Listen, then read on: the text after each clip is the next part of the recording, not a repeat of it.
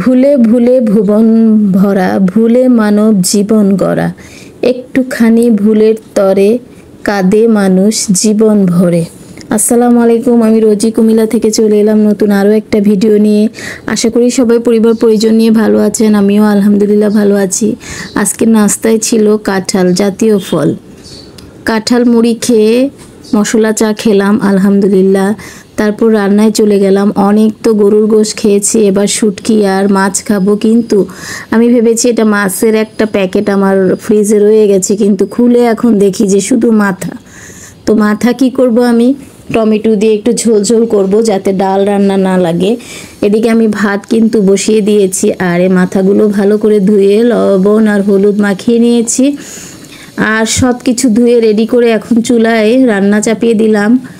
কড়াইতে তেল দিয়ে পেঁয়াজ দিলাম আর রসুন বাটা দিলাম। এটা শুটকি রান্না করব। আর বাকি গুঁড়া মশলা লবণ দিয়ে ভালো করে কষিয়ে খুব ডিজাইন করে আমি কাঁঠালের বিচিগুলো দিয়ে দিলাম।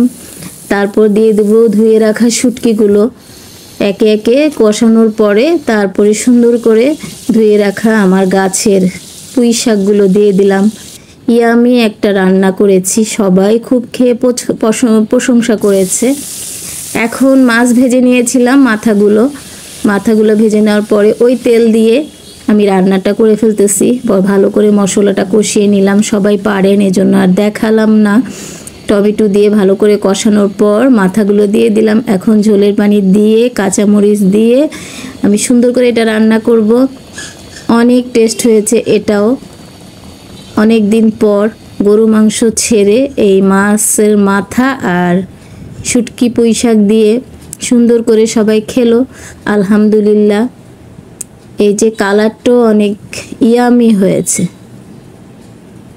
পুঁই শাক অনেক সুন্দর। তো বাবাকে ভাত বেড়ে দিচ্ছি।